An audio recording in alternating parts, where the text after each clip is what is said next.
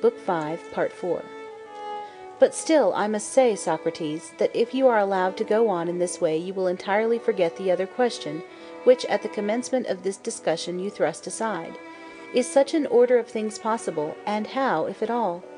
For I am quite ready to acknowledge that the plan which you propose, if only feasible, would do all sorts of good to the state.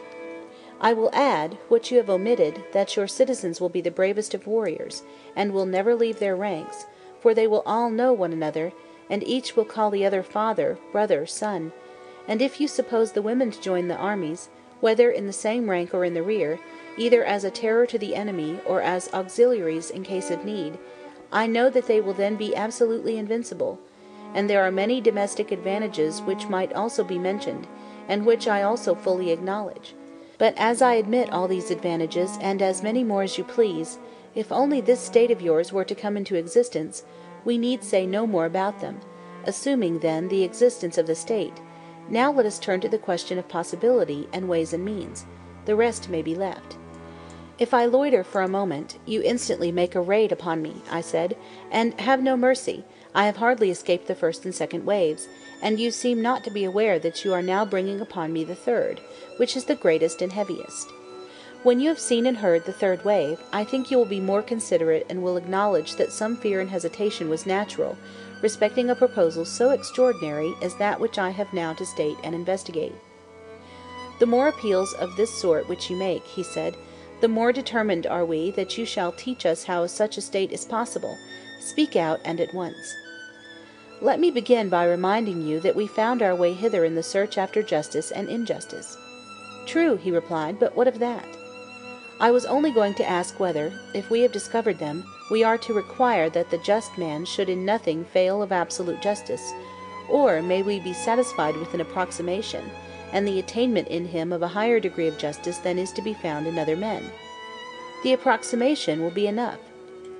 We were inquiring into the nature of absolute justice, and into the character of the perfectly just, and into injustice and the perfectly unjust, that we might have an idea. We were to look at these in order that we might judge of our own happiness and unhappiness according to the standard which they exhibited, and the degree in which we resembled them, but not with any view of showing that they could exist in fact. True, he said. Would a painter be any worse because, after having delineated with consummate art an ideal of a perfectly beautiful man, he was unable to show that any such man could ever have existed? He would be none the worse. Well, and were we not creating an ideal of a perfect state? To be sure. And is our theory a worse theory because we are unable to prove the possibility of a city being ordered in the manner described? Surely not, he replied. That is the truth, I said. But if at your request I am to try and show how and under what conditions the possibility is highest, I must ask you, having this in view, to repeat your former admissions. What admissions? I want to know whether ideals are ever fully realized in language. Does not the word express more than the fact, and must not the actual, whatever a man may think, always in the nature of things, fall short of the truth? What do you say? I agree. Then you must not insist on my proving that the actual state will, in every respect, coincide with the ideal. If we are only able to discover how a city may be governed as nearly as we proposed, you will admit that we have discovered the possibility which you demand, and will be contented. I am sure that I should be contented. Will not you? Yes, I will. Let me next endeavor to show what is that fault in states which is the cause of their present maladministration, and what is the least change which will enable a state to pass into the truer form, and let the change, if possible, be of one thing only, or if not, of two. At any rate, let the changes be as few and slight as possible. Certainly, he replied. I think, I said, that there might be a reform of the state, if only one change were made, which is not a slight or an easy, though a still possible one. What is it? He said. Now then, I said, I go to meet that which I liken to the greatest of the waves. Yet shall the word be spoken, even though the wave break and drown me in laughter and dishonor, and do you mark my words? Proceed. I said, until philosophers are kings, or the kings and princes of this world have the spirit and power of philosophy, and political greatness and wisdom meet in one, and those commoner natures who pursue either to the exclusion of the other are compelled to stand aside, cities will never have rest from their evils, nor the human race, as I believe, and then only will this our state have a possibility of life and behold the light of day. Such was the thought, my dear Glaucon, which I would fain have uttered if it had not seemed too extravagant, for to be convinced that in no other state can there be happiness, private or public, is indeed a hard thing. Socrates, what do you mean? I would have you consider that the word which you have uttered is one at which numerous persons, and very respectable persons too, in a figure pulling off their coats all in a moment, and seizing any weapon that comes to hand, will run you at might and main, before you know where you are, intending to do heaven knows what, and if you don't prepare an answer, and put yourself in motion, you will be pared by their fine wits, and no mistake. You got me into a scrape, I said, and I was quite right.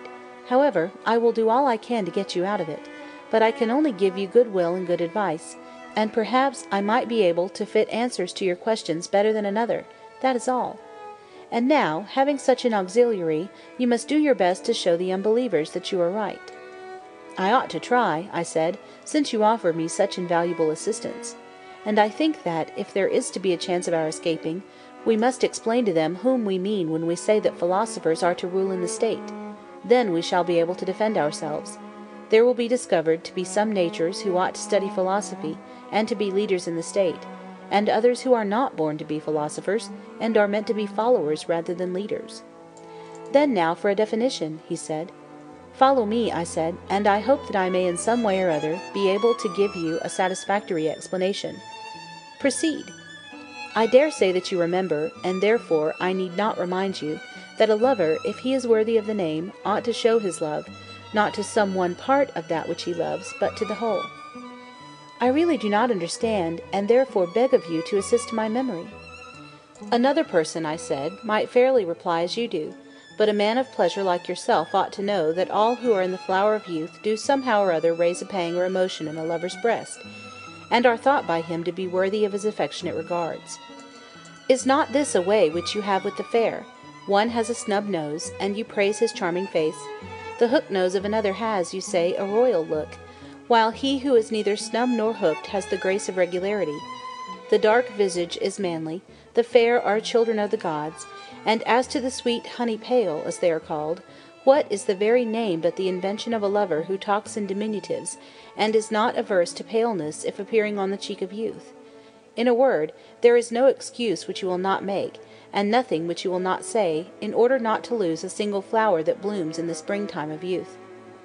If you make me an authority in matters of love, for the sake of the argument I assent. And what do you say of lovers of wine? Do you not see them doing the same? They are glad of any pretext of drinking any wine. Very good.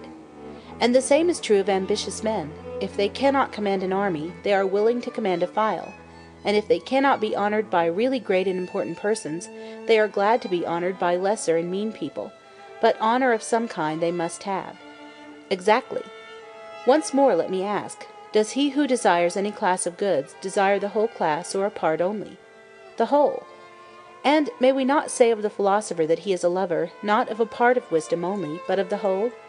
Yes, of the whole.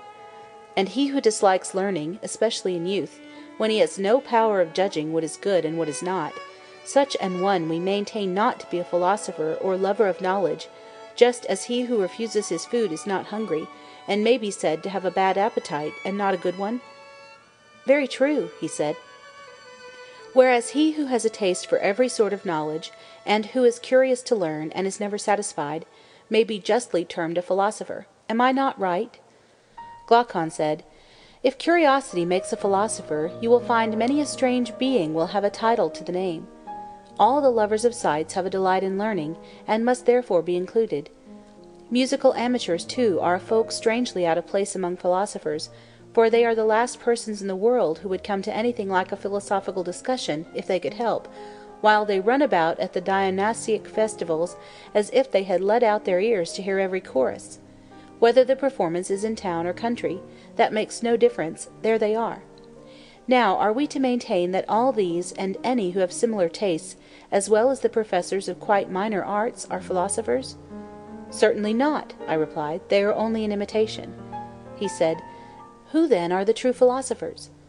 Those, I said, who are lovers of the vision of truth.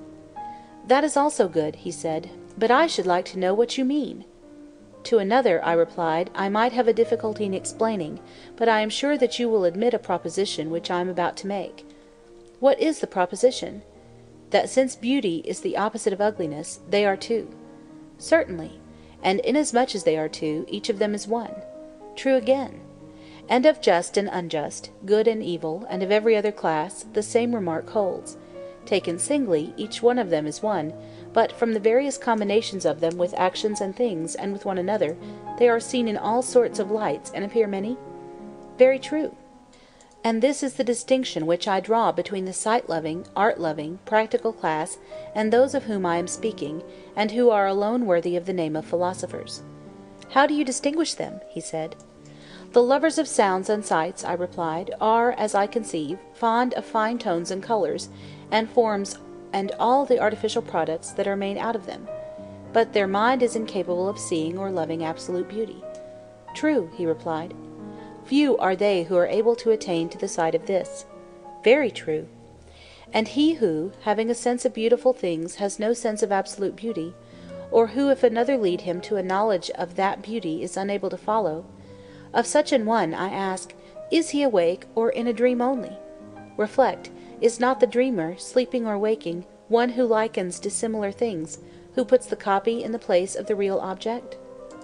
I should certainly say that such an one was dreaming.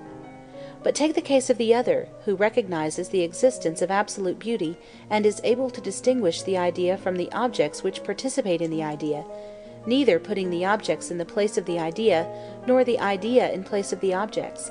Is he a dreamer, or is he awake? He is wide awake. And may we not say that the mind of the one who has the knowledge, and that the mind of the other, who opines only, has opinion? Certainly. But suppose that the latter should quarrel with us and dispute our statement, can we administer any soothing cordial or advice to him, without revealing to him that there is sad disorder in his wits? We must certainly offer him some good advice, he replied. Come then, and let us think of something to say to him. Shall we begin by assuring him that he is welcome to any knowledge which he may have, and that we are rejoiced at his having it? But we should like to ask him a question. Does he who has knowledge know something or nothing? You must answer for him. I answer that he knows something. Something that is or is not. Something that is, for how can that which is not ever be known? And are we assured, after looking at the matter from many points of view, that absolute being is or may be absolutely known, but that the utterly non-existent is utterly unknown? Nothing can be more certain. Good. But if there be anything which is of such a nature as to be and not to be, that will have a place intermediate between pure being and the absolute negation of being? Yes, between them. And, as knowledge corresponded to being and ignorance of necessity to not being, for that intermediate between being and not being, there has to be discovered a corresponding intermediate between ignorance and knowledge, if there be such? Certainly. Do we admit the existence of opinion? Undoubtedly. As being the same with knowledge or another faculty? Another faculty. Then opinion and knowledge have to do with different kinds of matter corresponding to this difference of faculties? Yes. And knowledge is relative to being and knows being? But before I proceed further I will make a division. What division? I will begin by placing faculties in a class by themselves. They are powers in us and in all other things, by which we do as we do. Sight and hearing, for example, I should call faculties. Have I clearly explained the class which I mean? Yes, I quite understand. Then let me tell you my view about them. I do not see them, and therefore the distinctions of figure, colour, and the like, which enable me to discern the difference of some things, do not apply to them. In speaking of a faculty, I think only of its sphere and its result, and that which has the same sphere and the same result I call the same faculty, but that which has another sphere and another result I call different. Would that be your way of speaking? Yes. And will you be so very good as to answer one more question? Would you say that knowledge is a faculty, or in what class would you place it? Certainly knowledge is a faculty, and the mightiest of all faculties. And is opinion also a faculty? Certainly, he said, for opinion is that with which we are able to form an opinion. And yet you were acknowledging a little while ago that knowledge is not the same as opinion? Why, yes, he said. How can any reasonable being ever identify that which is infallible with that which errs? An excellent answer, proving, I said, that we are quite conscious of a distinction between them. Yes. Then knowledge and opinion, having distinct powers, have also distinct spheres or subject matters? That is certain. Being is the sphere or subject matter of knowledge, and knowledge is to know the nature of being. Yes. And opinion is to have an opinion? Yes. And do we know what we opine? Or is the subject matter of opinion the same as the subject matter of knowledge? Nay, he replied, that has been already disproven. If difference in faculty implies difference in the sphere or subject matter, and if, as we are saying, opinion and knowledge are distinct faculties, then the sphere of knowledge and of opinion cannot be the same. Then if being is the subject matter of knowledge, something else must be the subject matter of opinion? Yes, something else. Well then, is not being the subject matter of opinion? Or rather, how can there be an opinion at all about not being? Reflect. When a man has an opinion, has he not an opinion about something? Can he have an opinion which is an opinion about nothing? Impossible. He who has an opinion about some one thing? Yes. And not being is not one thing,